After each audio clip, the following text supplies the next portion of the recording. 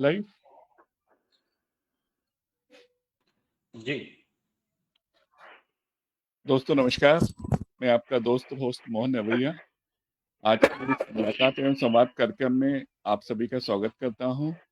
और आज हमारे साथ अतिथि के रूप में जुड़े हैं माननीय श्री बहादुर सिंह जी लोधी, जो दमोह से हैं और ओबीसी के जो संगठन काम कर रहे हैं, उनका जो संयुक्त मोर्चा बना हुआ है उसके संयोजक हैं।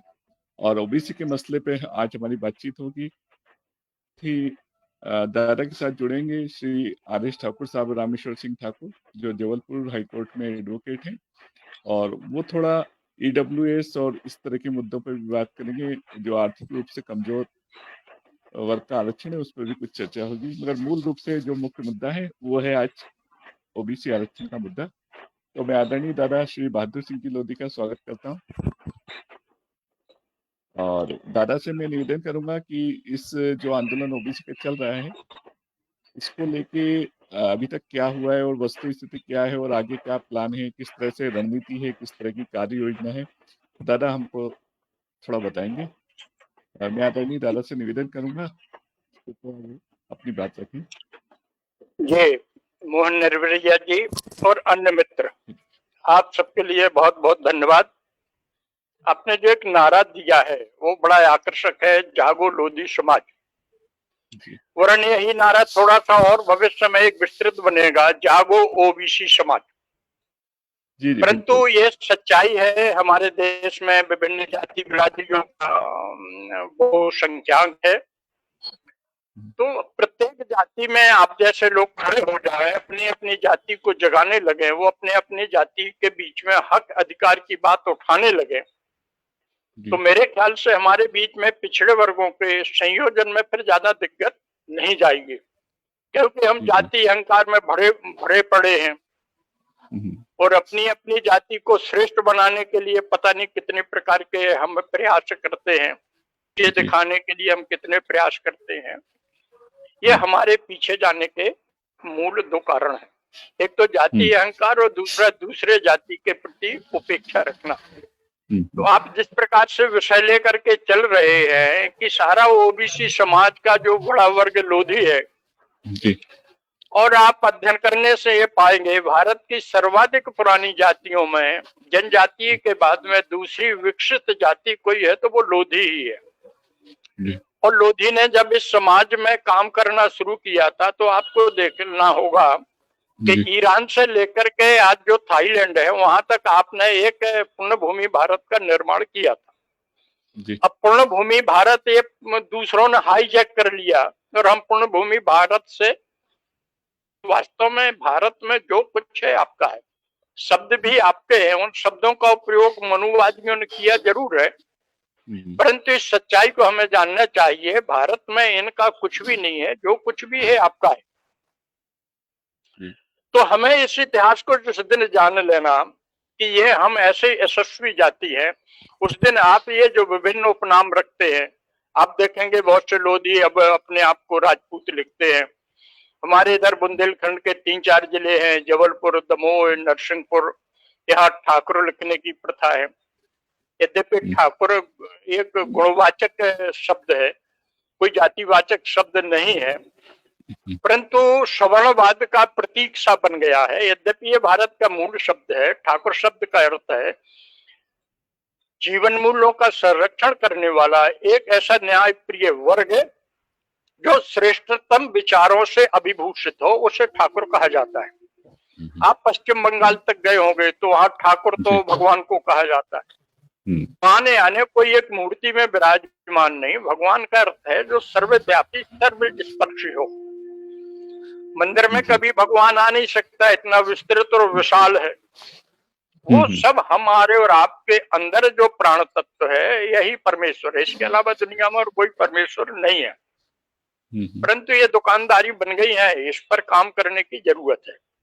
परंतु मित्रों, मैं सबसे, आप जो एक बड़े गंभीर मुहिम चला रहे हैं जागो लोधी समाज, सर्वाधिक दकियानूसी समाज कोई है तो हमारा लोधी समाज ही है।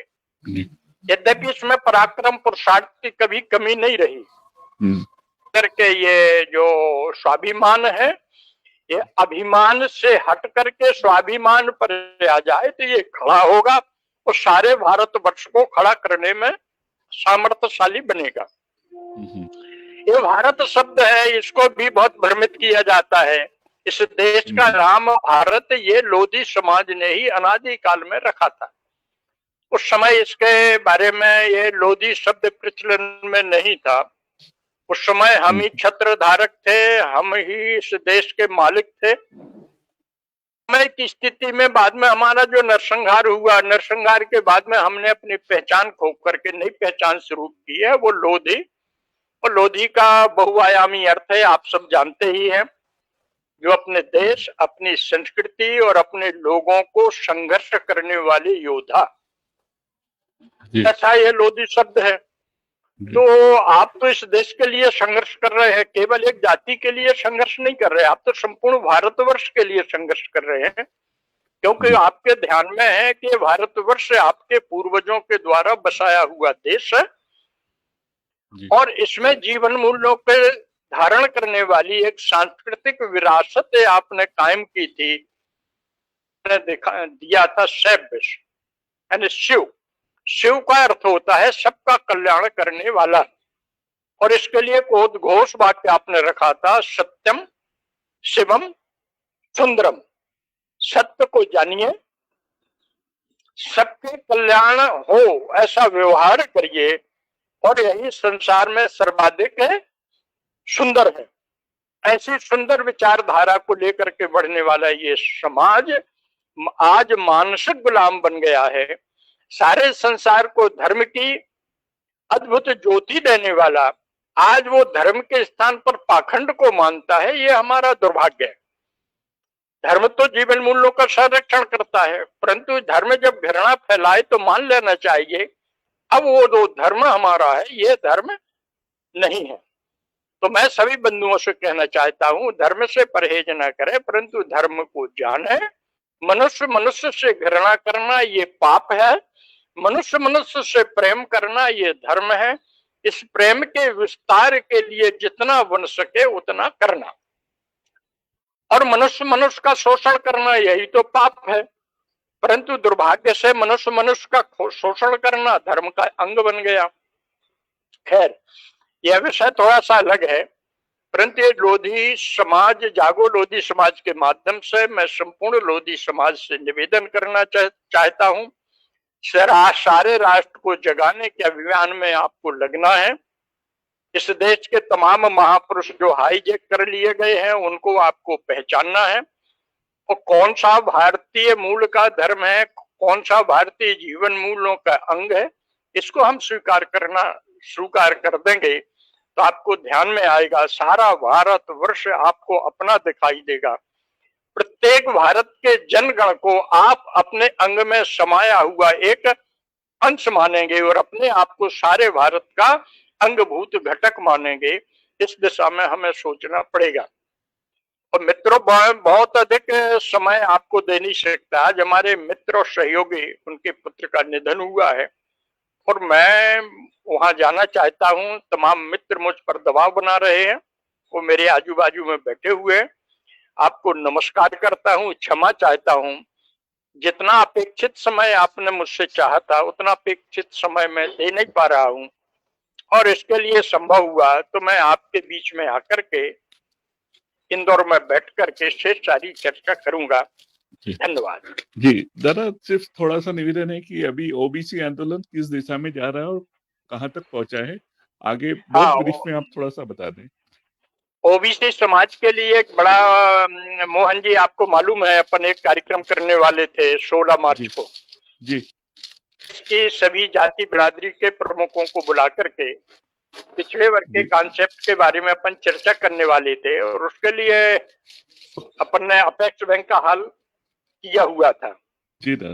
और पिछड़े वर्गों में काम करने वाले सारे राष्ट्रीय संगठनों के प्रमुखों को अपन ने उसमें बुलाया हुआ था, सारे जनप्रतिनिधियों को उसमें अपन ने बुलाया हुआ था जी। चाहे जो पिछड़े वर्गों के हैं या जो रिटायर्ड हो चुके हैं, तमाम लायर, ये सब लोग आने वाले थे, परंतु 16 मार्च का कार्यक्रम हो नहीं सका कोरोना के कारण। जी, जी। तो सारी जाति बिरादरियों को एक मंच पर लाना, एकजुट करना हमारा उद्देश्य है। और इसके लिए शीघ्र ही संभवतः 17 दिसंबर से हम तमाम राष्ट्र के जागरण का एक अभियान चलाने वाले हैं। पहले 105 दिन हम मध्य प्रदेश के सभी 52 जिलों में घूमेंगे, और जो किसी जिले में 2 दिन, किसी जिले में 3 दिन, और किसी ऐसे जिले जहां हम काम कर चुके हैं तो जी। एक दिन में काम करके उस काम को समाप्त करेंगे। परंतु ये निरहंकार भाव से हम सारे समाज का काम करें, तभी समाज का भला होगा। जी। हम संगठन बनाते हैं, 2-4-500 लोग हमारे पास इकट्ठे होते हैं, फिर हमको जी। लगने लगता है कि हम ही बहुत सर्वमान्य नेता हो गए हैं। जी। तो शेष जो हमारे उभरते हुए पिछड़े वर्गों में काम करने वाले ऐसे लोगों की हम उपेक्षा करते हैं, और वो कुंठित होकर के वो भी नए नए संगठन बनाते हैं। तो जी। तेजी से पिछड़े वर्गों का बिखराव हुआ है, उस बिखराव को समाप्त करके हम सबको एक मंच पर लाने वाले हैं, जी। और सबको लेकर के इस राष्ट्र अभियान में चलाएंगे। इस 105 दिन की यात्रा की सफलता के बाद यह तय होगा कि हम अगले 2 वर्ष संपूर्ण राष्ट्र में जन जागरण अभियान चलावे, और 2 वर्ष के बाद जनवरी 23 या दिसंबर 2022 जी। जो भी बनेगा जी। उसको हम बैठ करके दिल्ली में एक बार तय करें कि अब हमें पूर्ण स्वतंत्रता चाहिए। हम जी। जो वर्तमान में ये व्यवस्था है इसको हम अमान्य घोषित करते हैं, और उसी दिन से हम अपने आप को स्वतंत्र घोषित करेंगे। परंतु इन 2 वर्षों में संपूर्ण व्यवस्था में परिवर्तन के लिए हम एक ज्ञापन यात्रा पे निकलने के पहले प्रदेश और केंद्र सरकार को भेजेंगे। इन 2 वर्षों में सारी व्यवस्था में हमारी संख्या के अनुपात में भागीदारी दीजिए, और ये भागीदारी यदि इन 2 वर्षों में आप सुनिश्चित नहीं करते तो 2 वर्ष बाद हम आपकी सारी व्यवस्था को अमान्य घोषित करेंगे, और हमारे वर्चस्व को कायम करने हमें संघर्ष करना पड़ेगा, तो वो हम करेंगे। जी। जी। जी। परंतु इन 2 वर्षों में परिवर्तन को आप आगे बढ़ाते हुए हमारी संख्या अनुपात में भारत के संपूर्ण संसाधनों में शासकीय और अशासकीय क्षेत्रों में हमारे भागीदारी सुनिश्चित करेंगे। तो हम वचन देते हैं इन 15% लोगों को जी। हम करेंगे, और ये 2 वर्षों में बदलने के लिए तैयार नहीं है, तो फिर ये भारत वर्ष हमारा है। हम फिर तय करेंगे कि आपकी इस भारतवर्ष में कोई भूमिका है कि नहीं है, अन्यथा आप जहां से आए हैं, कोई वोल्गा के किनारे से या यूरोप से, कोई दजला फरात के किनारे से, वो अपने स्थान पर जावे। भारत में रहना है तो भारत के जीवन मूल्यों का सम्मान करना होगा, भारत के मूल महापुरुषों का सम्मान करना होगा, और भारत की हमारी व्यवस्था को आपको अंगीकार करना पड़ेगा। नहीं कर सकते तो सारे विदेशी मूल के लोगों भारत छोड़ो। यद्यपि हम जीवन मूल्यों की बात करते हैं तो इन विदेशियों के भी जीवन मूल्य हैं, हम उनके जीवन मूल्यों के संरक्षण करने के लिए तैयार तो है। हम 4000-5000 साल से एक साथ रह रहे हैं, तो आपकी जो संख्या है उसके अनुपात में हम हिस्सेदारी दे तो रहे। यद्यपि ये देश हमारा है, तो भी हम जीवन मूल्यों के आधार पर आपके संख्यानुपात में हिस्सेदारी देने के लिए तैयार हैं। उतने में आप संतुष्ट नहीं हैं, तो फिर हम सब कुछ छीनेंगे।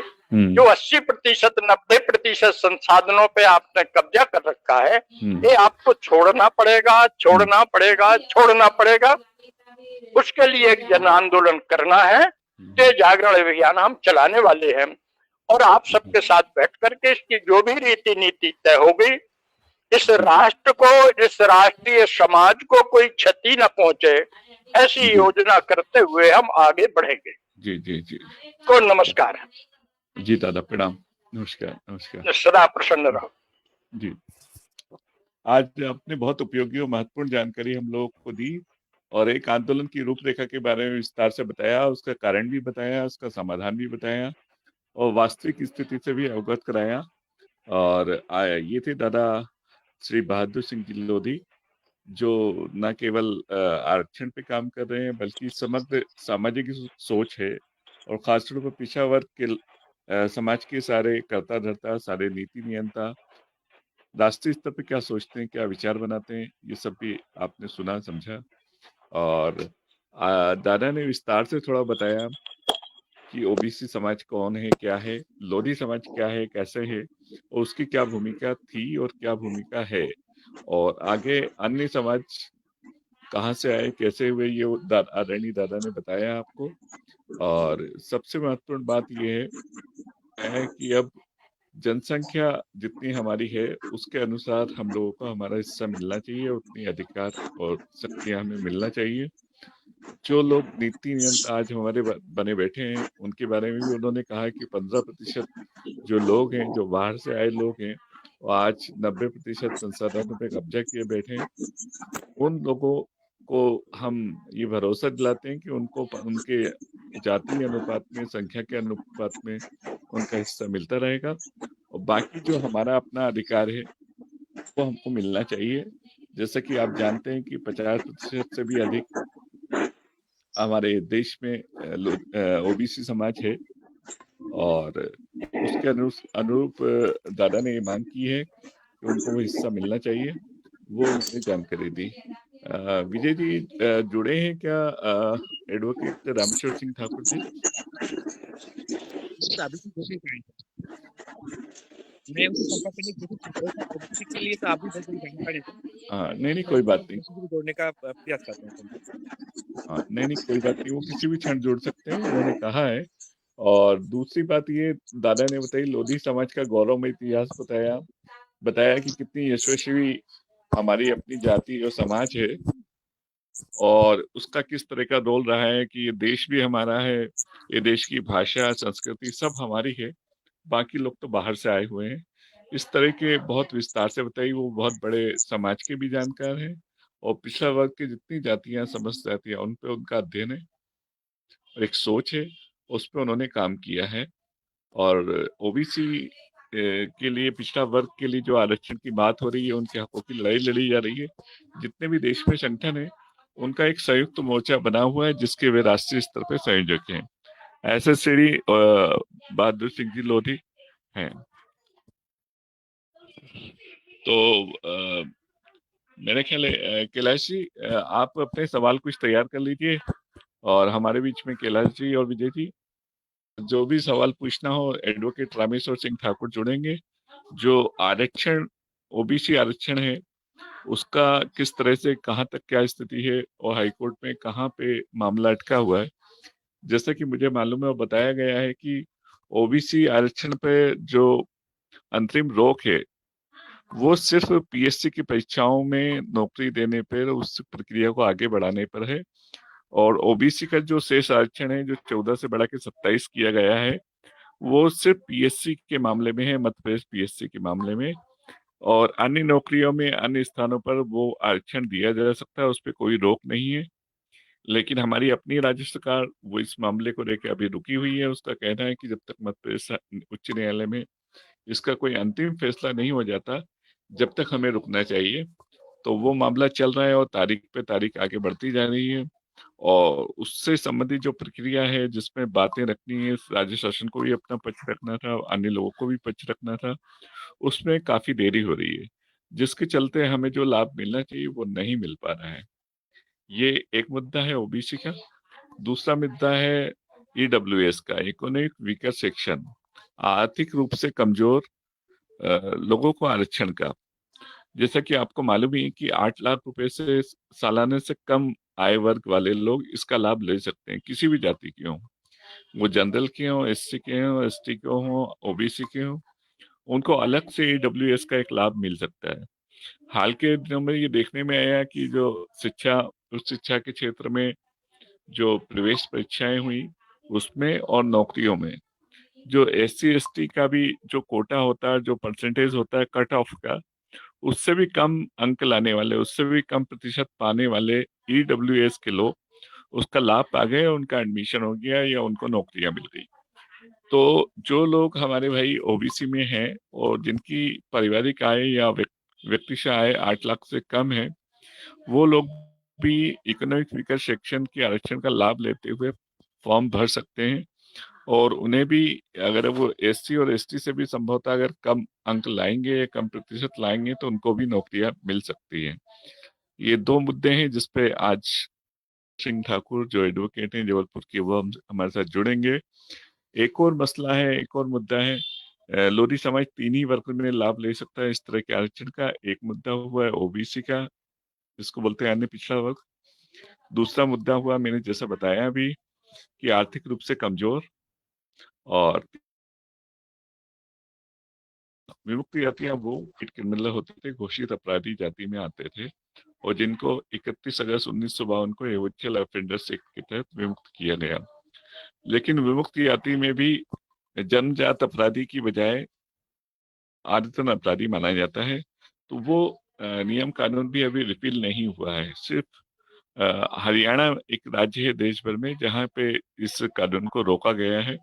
बाकी अभी देश भर में वो सब जातियां जो कि 1871 के क्रिमिनल ट्राइब एक्ट के तहत अपराधी जाति घोषित हुई थी, जन्मजात अपराधी जाति, और 1952 में 31 अगस्त को हेविचुअल ऑफेंडर्स एक्ट के तहत आदतन अपराधी की श्रेणी में आए थे, वे आज भी उस कानून से मुक्त नहीं हुए। और वो सारी जातियां, उसके सारी जाति के लोग अभी भी आदतन अपराधी की श्रेणी में आते हैं।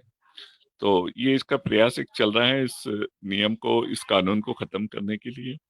दूसरा, आप जानते ही होंगे कि विमुक्त जाति के संबंध में भारत सरकार के सामाजिक न्याय एवं अधिकारिता मंत्रालय के सचिव श्री सुब्रमण्यम साहब ने एक पत्र लिखा हुआ है। जो पत्र लिखा है सारे देश के सभी राज्यों के चीफ सेक्रेटरी को और केंद्र शासित प्रदेश के को और प्रशासनिक प्रमुखों को, और उसमें चाहा गया है कि उन्होंने सूची भेजी। उसमें सूची में लिखा है कि आपके राज्य में कौन कौन सी जातियां विमुक्त है, कौन सी घुमंतु है, कौन सी अर्ध घुमंतु है।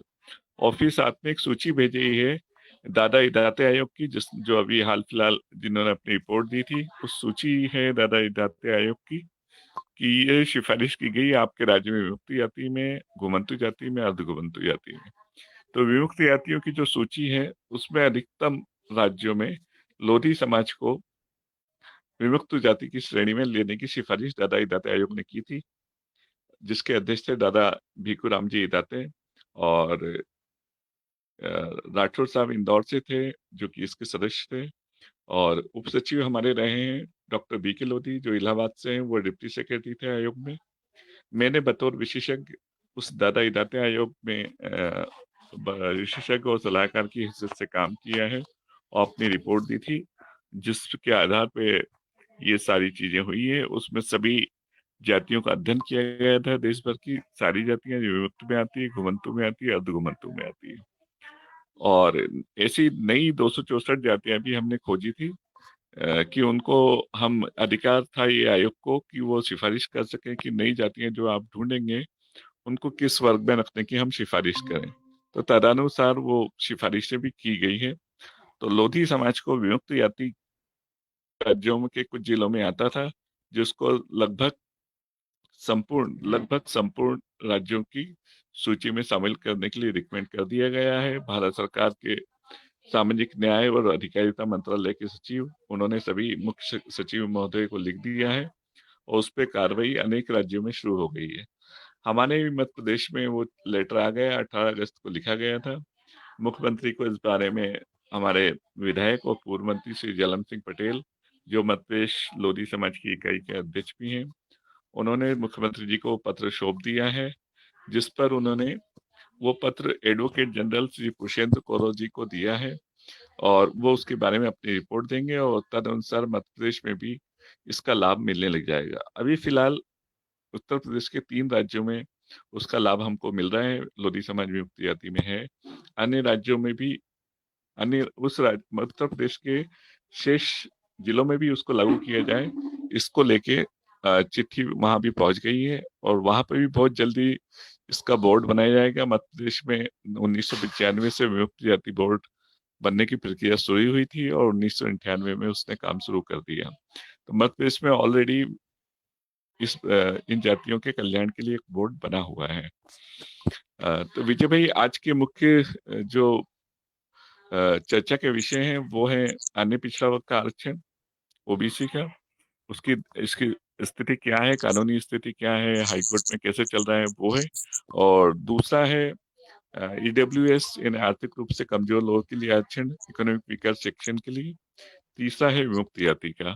तो आदरणीय दारा बहादुर सिंह जी लोधी ने ये बहुत विस्तार से बताया है कि ओबीसी आरक्षण क्या है, लोधी जमात की क्या स्थिति है उसमें, और किस तरह का वो आंदोलन देशव्यापी वो शुरू करने वाले हैं। मध्य प्रदेश में किस तरह का 105 दिन का उनका एक अभियान चलाएंगे, जन जागरण, और लोगों तक पहुंचेंगे। आप इस बारे में कुछ जोड़ना चाहेंगे? सर मेरा एक प्रश्न था सर आपसे कि यदि हम लोग ओबीसी जाति में भी आते हैं, यदि विमुक्त का जर्दारी हम लोग को मिल जाता है, लोधी जाति को मिल जाता है, कि हाँ दोनों फैसिलिटी लोधी जाति को एक साथ मिल सकती है सर? बिल्कुल इस बारे में बिल्कुल बिल्कुल मिल सकते, बिल्कुल मिल सकती है। दो तरह के आरक्षण एक साथ कभी भी मिल सकते हैं, ऐसा नियम है, कानून में। इन्हें ओबीसी का भी लाभ आपको मिल सकता है और विमुक्त का भी लाभ एक साथ मिल सकता है। कहीं ये दिक्कत मेरे देखने में आई कि 3 तरह के आरक्षण का लाभ नहीं मिल पाता एक साथ। मैं उसको लेके भी हमने रिप्रेजेंटेशन दिया हुआ है कि समझिए आप ओबीसी में भी हैं, विमुक्त में भी हैं, और समझिए कि आप ने इकोनॉमिक वीकर सेक्शन का भी लाभ लेना चाहा, तो 3 की बजाय वो 2 का ही लाभ देते हैं, मोटे तौर पे ये देखा गया है। लेकिन इस तरह का प्रयास जारी है कि तीनों तरह का मिल जाए। समझिए कि आप ओबीसी से हैं, आपने वो आरक्षण भी चाहा है, विमुक्त का भी चाहा है, और कोई लड़की है उसने महिला का भी चाहा है, महिला का आरक्षण भी मिले। तो कुछ जगह दिक्कत आई, मगर हमने रिप्रेजेंटेशन रखा और वो सफल हुए उसमें, और दोनों तीनों तरह का आरक्षण भी मिला है, खासतौर पे ओबीसी का, महिला का और अन्य तरह का। आपने देखा होगा हमारी एक बिटिया जो छतरपुर में नायब तहसीलदार है, उसके जब नियुक्ति का प्रश्न आया था, उसके चयन का, सिलेक्शन का प्रश्न आया था, तब ये मसला आया था, और हम लोगों ने मध्य प्रदेश लोक सेवा आयोग के सामने ये बात रखी और उसको आरक्षण का लाभ दिलाया था, अन्य पिछड़ा वर्ग का भी, महिला का भी, और अन्य लाभ भी दिलाए थे। उनका कोऑपरेटिव में चयन हो रहा था, फिर जाके वो अपग्रेड होकर वो लाभ जो है नायब तहसीलदार के रूप में मिला। तो ये है, बात को ठीक से रखना पड़ती है, और अगर ज्ञान होता है और हम बात सही समय पे सही स्थान पे रख पाते हैं तो निश्चित रूप से वो लाभ मिलता है। तो आपको ये बता दूं कि एक साथ कई तरह के आरक्षण का लाभ भी आप ले सकते हैं। हाँ सर, मेरे एक प्रश्न वो था कि ओबीसी का आंदोलन बहुत बड़ा चल रहा है, उसमें लोग पार्टिसिपेट बहुत कर रहे हैं। क्या ओबीसी तथा विमुक्त का जो आंदोलन है वो एक साथ चल सकता है, और क्या लोधी समाज की हाँ, सहभागिता हो सकती है सर? चल सकता है। देखिए, सबसे बड़ी बात तो ये है कि इस तरह के जो मसले हैं उस पे हमारे लोगों का जो ईगो है, जातीय अहंकार, जैसा कि दादा ने बोला, बहादुर सिंह जी लोधी साहब ने, वो आड़े आता है, क्योंकि कई जगह तो हम अपने आप को ओबीसी ही नहीं मानते हैं। तो वो एक दिक्कत आती है जब हम लोधी जाति के लोग हमारे अगर अपने आप को ओबीसी ही नहीं मानेंगे तो कैसे लाभ मिलेगा। तो एक तो वो मसला है कि ओबीसी में लाभ नहीं मिल पाता क्योंकि हम लोग लेना ही नहीं चाह रहे, कई जगह पे ऐसा भी है। दूसरा ये है कि विमुक्त जाति के बारे में अवेयरनेस नहीं है, जागरूकता का अभाव है। तीसरा ये है कि जानते हैं तो फिर उसके लिए हम इंसिस्ट नहीं करते, ध्यान नहीं देते, और अधिक जानकारी लेने का प्रयास नहीं करते। दूसरी जातियां, वो यादव हों, वो कुर्मी हों, वो अन्य जातियां हों, जमानी भर की, पिछड़ा वर्ग की, वो सारी जातियों में काफी जागृति है, काफी जानकारी लोग रखते हैं और आंदोलन से जुड़े हुए हैं। अरे अपने लोग जैसे बहादुर सिंह जी, जितने देश भर में ओबीसी के आंदोलन चल रहे हैं, जितने संगठन है, उनके संयुक्त मोर्चे के संयोजक हैं राष्ट्रीय स्तर पर। वहां पे हमारी अपनी जाति जो है उतनी रुचि नहीं दिखा रही, उतनी जानकारी नहीं रख रही है। ये एक थोड़ी समस्या है। अगर वो जिस दिन ये जानकारी ओबीसी के बारे में रखने लग जाएंगे, उस दिन संभव है विमुक्त जाति के बारे में भी रख जाएंगे।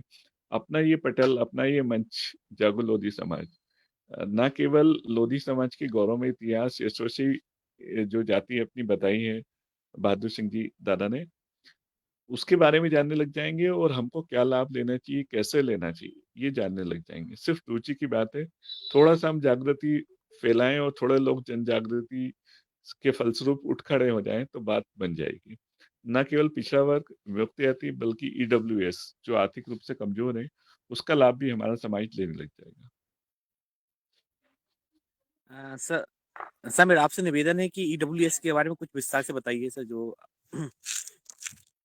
ईडब्ल्यूएस का कोई इंग्लिश में पूरा फुल फॉर्म है इकोनॉमिक वीकर सेक्शन, आर्थिक रूप से कमजोर वर्ग का आरक्षण, विशेष आरक्षण। ये आपने देखा होगा, बड़ा जनरल को एक इसका लाभ दिलाने के लिए तुरंत फुरत में 5 दिन 4 दिन की प्रक्रिया में देश की संसद ने इसको पारित कर दिया था। किसी दल ने किसी तरह का कोई विरोध नहीं किया, जबकि हमारे ओबीसी के आरक्षण के लिए हजारों रोड़े अटकाए जाते हैं। मगर ये इकोनॉमिक वीकर सेक्शन जिसको बोलते हैं आर्थिक रूप से कमजोर वर्ग के लिए आरक्षण, ये तुरंत फुरत 5 दिन की पूरी प्रक्रिया में संपन्न हो गया था। इसके अंतर्गत किसी भी जाति वर्ग का व्यक्ति जिसकी आय 8 लाख रुपए से कम है सालाना, वो इसमें शिक्षा में भी और नौकरियों में भी आरक्षण का लाभ ले सकता है। उसको आवेदन करते समय इस बात का उल्लेख करना पड़ेगा कि वो ईडब्ल्यूएस में आरक्षण चाहता है और उसकी अर्हता, उसकी योग्यता, क्षमता रखता है, उसके अनुरूप उसकी आय है और वो उसी वर्ग में आता है। बस इसके बाद लाभ मिल जाता है। आपने देखा होगा कि अभी जो कट ऑफ आया है नौकरियों में भी और उच्च शिक्षा के एडमिशन्स में भी, उसमें जो आया है उसमें एससी और एसटी से भी कम नंबर पाने वाले ईडब्ल्यूएस के अंतर्गत नंबर उसमें प्रवेश पा गए, उसमें नौकरियां पा गए। तो हमारे अपने जितने साथी हैं जो ये सुन रहे हैं, वो ये जरूर ध्यान रखें, अगर उनकी आय 8 लाख रुपए से कम है, यूएस में भरें और साथ में ओबीसी लिखें, मगर ईडब्ल्यूएस सेक्शन का जो आरक्षण है उसके लाभ मुझे लेना है, ऐसा स्पष्ट उल्लेख करें। सर बहुत बड़ी जानकारी दी है, तो माने हमारे समाज में इसकी जागृति आ जाती है, तो हमारे समाज के जो लोग, हमारे समाज की बहुत बड़ी जो समस्या है रोजगार की, उसमें हम बहुत अधिक सुधार कर सकते हैं और सरकारी नौकरी भी पा सकते हैं। बिल्कुल, सर बिल्कुल, क्योंकि आदिवासी वर्ग जो है एसटी का, वो सबसे कम नंबर पाके भी नौकरियों में आता है। उससे भी कम नंबर में अगर हमने ईडब्ल्यूएस लिखा है, तो हम उससे भी कम नंबर पाके भी हमारी नौकरियां मिल जाएगी। बड़े-बड़े स्कूल, कॉलेज, यूनिवर्सिटीज़ में हमारे बच्चों को एडमिशन मिल जाएगा पढ़ाई-लिखाई के लिए। ये बहुत स्पष्ट है और ये हमारा जो अध्ययन है, उसपे हमने देखा है और पाया है। तो ईडब्ल्यूएस का भी सबसे पहले आज की ज़रूरत ईडब्ल्यूएस का है और ओबीसी आरक्षण का मुद्दा कहीं अटका हुआ नहीं है। हाई कोर्ट की जो मध्य प्रदेश उच्च न्यायालय में जो 14 से बढ़ा के 27% का आरक्षण देने की बात की गई है ओबीसी को, अन्य पिछड़ा वर्ग को, उसमें 14 से बढ़ा के 27 का लाभ हर नौकरी में, हर एडमिशन में, उच्च शिक्षा में सब जगह लिया जा सकता है। जो मध्य प्रदेश उच्च न्यायालय की जो रोक है, वो सिर्फ और सिर्फ मध्य प्रदेश लोक सेवा आयोग की नौकरियों में भर्ती के लिए अंतरिम रोक है, अस्थायी रोक है वो भी। वो जिस दिन क्लियर हो जाएगी, वो नौकरी में भी हमको लाभ मिलने लग जाएगा। बहुत बढ़िया सर, आपने जो जानकारी दी है, बहुत ही महत्वपूर्ण जानकारी दी है, जो हमारे समाज के लिए, हमारे देशवासियों के लिए बहुत ही लाभप्रद हो सकती है। सर मैं ओबीसी जो आंदोलन है और विमुक्त जाति के जो आंदोलन है, वो लोधी हुँ। समाज के कैसे जोड़ सकते हैं और हमें कैसे फायदा मिल सकता है, उनका कोई उसको विवेचना करके बताइए सर, तो माने हमारे समाज के लोगों के लिए फायदा होगा सर उससे। देखिए, स्वाभाविक है हमारा समाज अ, काफ़ी पिछड़ा है, पिछड़ा मतलब पिछड़ा वर्ग में आता है, ये भी ठीक है और वास्तव में पिछड़ा भी है, सामाजिक रूप से, आर्थिक रूप से और राजनीतिक रूप से भी कहें तो। और जबकि हमारी संख्या बहुत है, हमारे लोग में कोई किसी तरह की कोई कमी नहीं है। ख़ास तौर पे आप शिक्षा की बात करें, ज्ञान की बात करें, बुद्धि की बात करें, हर तरह से सक्षम है। लेकिन हमें हमारे लोग को आगे पढ़ाई-लिखाई में और आगे नौकरियों में मौका नहीं मिल पाता है। तो हमें जो लाभ मिल सकता है, क्योंकि हमारी जाति अन्य पिछड़ा वर्ग में आती है और विमुक्त जाति में भी जाती है और विमुक्त जाति में इस नाते आती है कि जो 1871 में क्रिमिनल ट्राइब एक्ट, अपराधी जाति घोषित की गई थी लोधी समाज को, 127 जातियाँ की गई थी, उसमें लोधी समाज भी था। तो जितनी जातियाँ अपराधी जाति में रही हैं, ब्रिटिश सरकार के विद्रोही थे, जो अंग्रेजों ने जिनको विद्रोही घोषित कर दिया था, अपराधी घोषित किया। जन्मजात अपराधी हमें इसलिए घोषित किया था कि हमारी जाति के लोग अ, अंग्रेजों के सामने झुकते नहीं थे, कोई समझौता नहीं करते थे। वो बराबर विद्रोह करते थे और आज़ादी की लड़ाई लड़ते थे। तो ये ऐसे लोगों को चिन्हित किया गया है जब अंग्रेजों ने 1857 के बाद 58 के बाद जब महारानी का राज आ गया, ईस्ट इंडिया कंपनी का खत्म हो गया। फिर 1861 में वो पुलिस एक्ट लाए जो वर्तमान का है। उसके बाद हम लोग तब भी उनकी सेनाओं में रहे और मार्शल कोम्बो हमको मानते रहे। मैं जब देखा अफगानिस्तानी युद्ध के समय और बाकी समय में हम लोगों ने उनका साथ नहीं दिया और अपने हक की लड़ाई के लिए उनसे लड़ाइयाँ लड़ी और गोरिल्ला युद्ध लड़ा, तब उन्होंने हमारी जाति को, जाति थी 127 जाति, उनको आदतन अपराधी नहीं, जन्मजात अपराधी दे दिया कि इस जाति में पैदा होने वाला हर आदमी, हर व्यक्ति अपराधी है और उसके लिए तमाम सारे प्रतिबंध कर दिए हैं। जैसा कि आपको मालूम ही है, से बाहर जाने पे भी रोक थी और पैरों में एक कड़ा डाल के रखा जाता था कि ये अपराधी व्यक्ति का था। माथे पे गरम लोहे से एक निशान लगा दिया जाता था बीचों बीच कि ये व्यक्ति अपराधी है और उसके सारे अधिकार छीन लिए गए थे। उसके लिए कोई कोर्ट प्रोसीडिंग नहीं थी। मतलब आपको कहीं कोई अपराध करते हुए पकड़ा गया या किसी आरोप में पकड़ा गया, तो उसकी कोर्ट कचहरी में वाद-विवाद नहीं चलता था, सफाई का कोई मौका नहीं मिलता था।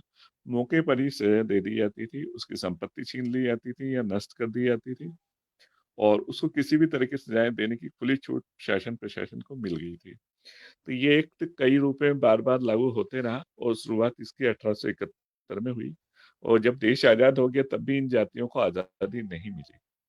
के 5 साल बाद जब ये लगातार मांग चलती रही तब एक एंगर कमेटी बनाई, नेहरू जी ने प्रधानमंत्री थे, जो कि उनके सचिव थे, कि उनके बारे में रिपोर्ट दें, उनको मुक्त कराएँ। लेकिन वो नहीं हो पाया मगर सरदार वल्लभ भाई पटेल के दबाव में लगभग 2.5 करोड़ लोग जो कि अंग्रेजों के का विद्रोह करने के गुनाह में बंद थे, आज़ादी के बाद भी बंद थे। उन लोगों को 2.5 करोड़ लोगों को सरदार वल्लभ भाई पटेल के दबाव में छोड़ा गया। लेकिन उसके बाद भी अनेक लोग बंद रहे और उनको वोटिंग राइट नहीं मिला। और 5 साल बाद ये जब 1952 का हैबुचुअल ऑफेंडर्स एक्ट आया तब इन जातियों को जन्मजात अपराधी से आदतन अपराधी में लिया गया, तब जाके इनको वोटिंग का अधिकार मिला। आपका मूल प्रश्न था कि अन्य पिछड़ा वर्ग और विमुक्त जाति का लाभ कैसे मिल सकता है, एक आंदोलन को साथ में एक संयुक्त कैसे मिल सकता है? इसमें सिर्फ जो बाधा है वो यही है कि लोगों में जागरूकता का अभाव है, लोगों को ज्ञान का अभाव है, जानकारी का अभाव है। लोग जानना ही नहीं चाहते, उनको लगता है कि हम तो ठाकुर हैं, हम तो राजपूत हैं। उनको नहीं मालूम कि हम अन्य पिछड़ा वर्ग के हैं, तो वो अन्य पिछड़ा वर्ग का लाभ भी नहीं ले पा रहे हैं और अन्य पिछड़ा वर्ग का जगह कई जगह नहीं लिखते हैं वो। तो अंश पिछड़ा वर्ग का लाभ कैसे लेना है, क्या लेना है, मैंने आपको बताया। इसके साथ ही जो आर्थिक रूप से कमजोर वर्ग हैं, उनका लाभ कैसे लेना है, क्या करना है, वो मैंने बताया। विमुक्त का मैंने बताया कि विमुक्त के सर्टिफिकेट अब देश भर में सब जगह हर राज्य में लेने का प्रयास करना चाहिए। उनको वो मिलेंगे, जहाँ नहीं मिलता वहाँ आरटीआई के तहत निकालें और आवेदन करें। मध्य प्रदेश में भी ये इसकी भूमिका हो गई है और जैसे ही एडवोकेट जनरल की रिपोर्ट आती है, हमारा काम शुरू हो जाएगा। भारत सरकार ने मान लिया है, राज्य सरकार को मानने की बात है। उत्तर प्रदेश में हम लोगों को ऑलरेडी सर्टिफिकेट मिलते हैं, आगे मिलना शुरू हो जाएंगे। अब साथ में आंदोलन की बात, तो पहले तो मेरा निवेदन यही है कि अन्य पिछड़ा वर्ग ओबीसी के लिए जो इतना बड़ा आंदोलन चल रहा है और जिसके मुखिया, जिसके कर्ता धर्ता दास देश भर में हमारे बहादुर सिंह जी लोधी जो दमोह से थे, अभी हमारे साथ जुड़े हुए थे, वो उसके संयोजक हैं राष्ट्रीय स्तर पे उस संयुक्त मोर्चा के। उस आंदोलन से सबसे पहले तो जुड़े, फिर इकोनॉमिक वीकर सेक्शन को जाने और विमुक्त जाति का आरक्षण और लाभ क्या है, कैसा है और उसको आगे जाके फ्रीडम फाइटर का दर्जा कैसे मिल सकता है। स्वतंत्रता संग्राम सेनानी के हम हमारे पूर्वज रहे हैं, उसका लाभ हमारे लोगों को कैसे मिल सकता है, ये सब जाने। और ये तभी हो सकता है जब आप रुचि लेके इस तरह के आंदोलन से जुड़ेंगे, इसकी जानकारी प्रॉपर लेंगे और फिर उसमें जितना सहयोग बन सकेगा करेंगे। जब तक आप किसी कार्य योजना और रणनीति का हिस्सा नहीं बनते हैं, उस पर काम नहीं शुरू करते, जब तक कोई लाभ मिलना संभव नहीं है। विमुक्त जाति का लाभ, आपको अन्य पिछड़ा वर्ग का लाभ बिल्कुल मिल सकता है और इसको लेके बहुत सारी गतिविधि देश भर में चल रही है, सारी जाति वाले सब लोग मिलकर चला रहे हैं। उस तरह के आंदोलन से, उस तरह के अभियान से आप लोगों को जुड़ना चाहिए और तभी ये लाभ मिल सकता है, तभी हमारे समाज का उत्थान संभव है। जी विजय जी। हाँ सर, मेरा अगला क्वेश्चन है कि हमारे महाराष्ट्र के जो लोधी भाई लोग हैं, उनको केंद्र में आपका आरक्षण, ओबीसी का आरक्षण का लाभ नहीं मिलता है। इसके लिए हम 2016 में से हमने बहुत बड़ा आंदोलन भी किया हुआ था, लेकिन उसके बाद कोई इतना बड़ा आंदोलन हो नहीं सका। तो वो आंदोलन हमने किया था, तो उसमें सफलता क्यों नहीं मिली? इसके बारे में कुछ प्रकाश डाल सकते हैं सर? जी हाँ, बिल्कुल। देखिए, पहले चरण में तो सबसे बड़ी बाधा यही थी कि महाराष्ट्र में हमारे को विद इन स्टेट, राज्य में ही ओबीसी नहीं माना जाता था। और उसके लिए बहुत लंबी लड़ाई हुई, कई सर्वे हुए, कई कई चीजें हुई।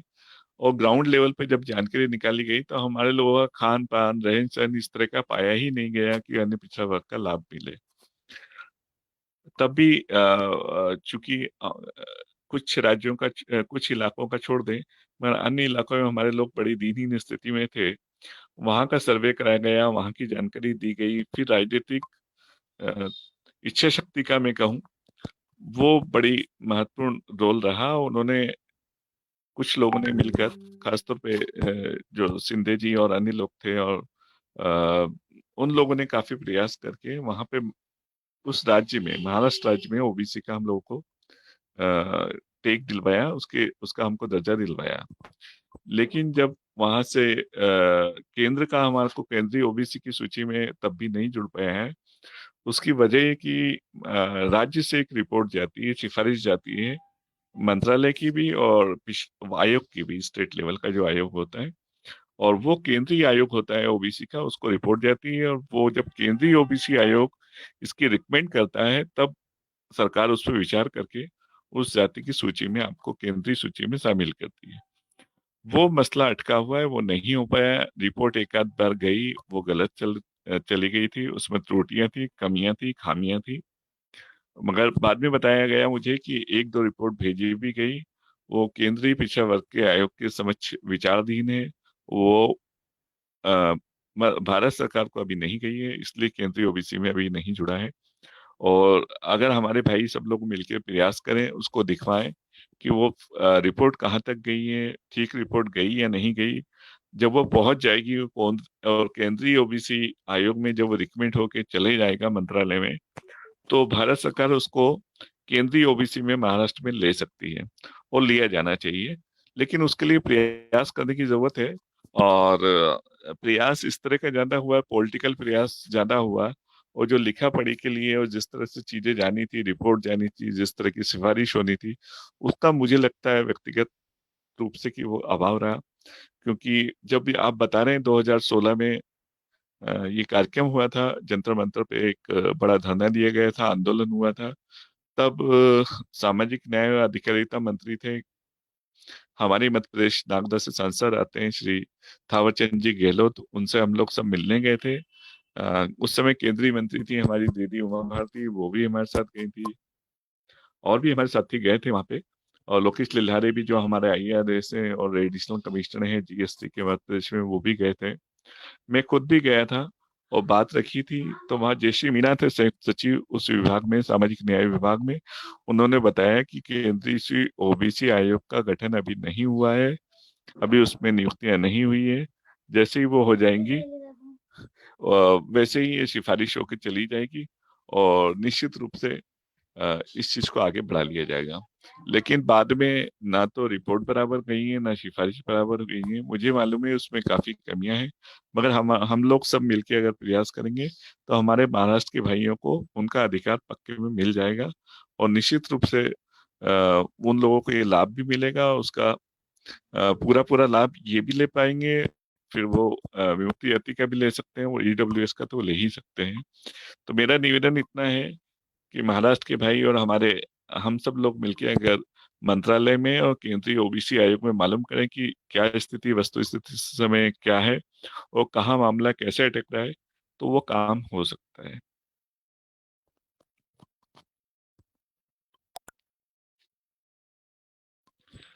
ये मैंने आपको महाराष्ट्र में केंद्रीय ओबीसी में हमारी जाति केंद्रीय ओबीसी की सूची में क्यों नहीं आ पा रही है, वो एक कारण बताया और समस्या बताई। मगर राज्य की सूची में है, और प्रयास किया जाएगा, बात को सही तरतीब से रखी जाएगी। तो केंद्रीय ओबीसी में भी लोधी समाज को महाराष्ट्र की उसका लाभ मिल जाएगा, सूची में शामिल हो जाएगा।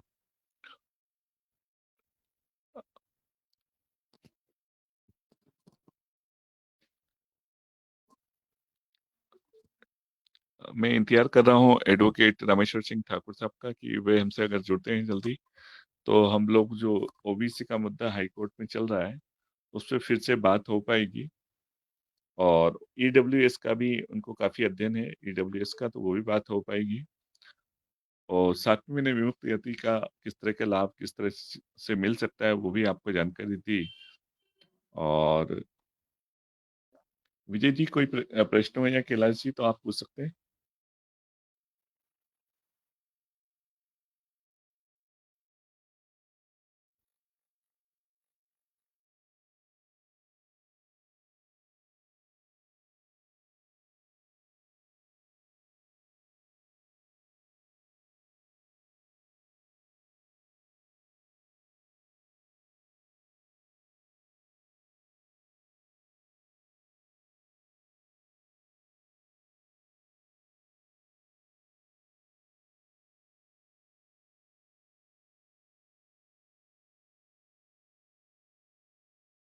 इस दिनों में 52 जिलों का दौरा करना है और पिछड़ा वर्ग की लड़ाई को लड़ना है और सभी जातियां बड़ा एग्रेसिव तरीके से लड़ रही हैं। उनका कहना है कि हम जनरल और बाकी अन्य जाति के वर्ग के लोग जो इसका उनको हम ये एश्योर करते हैं कि उनका 15% के वो लोग हैं वो 90% संसाधनों पे काबिज है।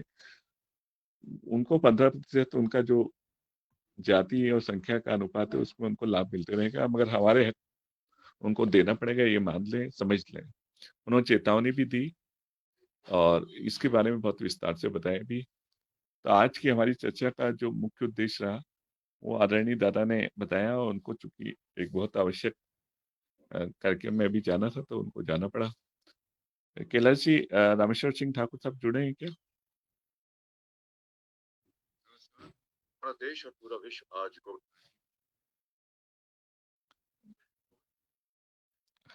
जुड़ जाएंगे ना बिल्कुल, चालू है करके। हाँ हाँ हाँ हाँ, क्योंकि वेट कर रहे हैं सब। एडवोकेट रामेश्वर सिंह ठाकुर जो जबलपुर से हैं और हाई कोर्ट में एडवोकेट हैं, वो ओबीसी के मुद्दे को लेके काफी समय से लड़ाई रह रहे हैं। उनका अपना अध्ययन है और ओबीसी के जितने आंदोलन के जितने संगठन है उनसे वो जुड़े हुए हैं। और जब से अंतिम रोक आई है पीएससी की परीक्षाओं में अन्य पिछड़ा वर्ग के अभ्यर्थियों को 14 की बजाय 27% आरक्षण देने की, उस पर वो लगातार काम कर रहे हैं। और पहले तो ये था कि मध्य प्रदेश सरकार जो अपेक्षित जानकारी थी वो नहीं दे पा रही थी और ना वो अपना पक्ष मध्य प्रदेश सरकार ने मध्य प्रदेश उच्च न्यायालय में रखा था।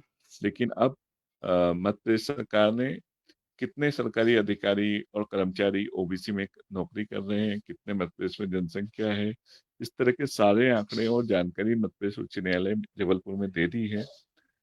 तो अब आगे आने वाली तारीखों में ये संभावना है कि वो जल्दी ही कोई निर्णय हो जाएगा, क्योंकि अब पक्ष जो है रखा जा रहा है अपने अपने दोनों पक्ष द्वारा। एक हमारा पक्ष है ओबीसी का जो चाहता है आरक्षण मिले, दूसरा पक्ष इसको रोकने में लगा। जिन्होंने रिट लगाई थी उस रिट पर उनको अस्थायी रोक लग गई थी, अंतरिम रोक है अभी ओबीसी आरक्षण पे, और वो भी सिर्फ एमपीपीएससी की भर्तियों में मध्य प्रदेश उच्च न्यायालय की जबलपुर पीठ में जो मुख्य पीठ है। विजय जी और कोई प्रश्न है? क्योंकि अभी मेरी बात हुई एडवोकेट रामेश्वर सिंह ठाकुर से, 5 मिनट में वो जुड़ने वाले हैं। ठीक है, राइट राइट सर। सर मेरा अगला क्वेश्चन ये था कि लोधी गौरवशाली इतिहास रहा है, तो इसको विमुक्त जाति से हम किस प्रकार जोड़ सकते हैं और इसे हमारे स्वतंत्रता संग्राम में जो योगदान है उसको हम कैसे देश अपने समाज के लोगों को बता सकते हैं कि स्वतंत्रता संग्राम में हमारा बहुत ही अहम रोल था, उस रोल को हमने बहुत ही प्रभावी तरीके से निभाया, लेकिन हमारा लोधी समाज को मिलना चाहिए। देखिए, विमुक्त जाति का अर्थ ही है कि आप ने देश की आजादी के लिए लड़ाई लड़ी है। देश की आजादी के लिए स्वतंत्रता संग्राम के लिए लड़ाई लड़ने का मतलब के कारण ही आपके राजा महाराजा, आपकी मार्शल कौम थी, आप लड़ाकू थे, ये बात साबित होती है कि आप लड़ाकू थे। देश की आजादी लड़ाई की लड़ी, उसके लिए आपने अपना तन मन धन सब कुछ त्याग दिया, बलिदान कर दिया। इसी कारण आपको अपराधी जाति, जन्मजात अपराधी जाति में अंग्रेजों ने, ब्रिटिश सरकार ने, अंग्रेजों ने लिया था 1871 में। और उसके कारण आपके पूर्वजों ने देश की आजादी के लिए, अपने देश के लिए, राष्ट्र के लिए जितना कभी किसी जाति का समर्पण, आत्म उत्सर्ग, कभी इतना बलिदान नहीं रहा जितना लोधी समाज का रहा। और हमारे यहाँ सैकड़ों नाम हैं, मगर इसके बावजूद 1920 से बाद में जितने लोग आजादी की लड़ाई जिन्होंने लड़ी, वो लोग, एक मिनट,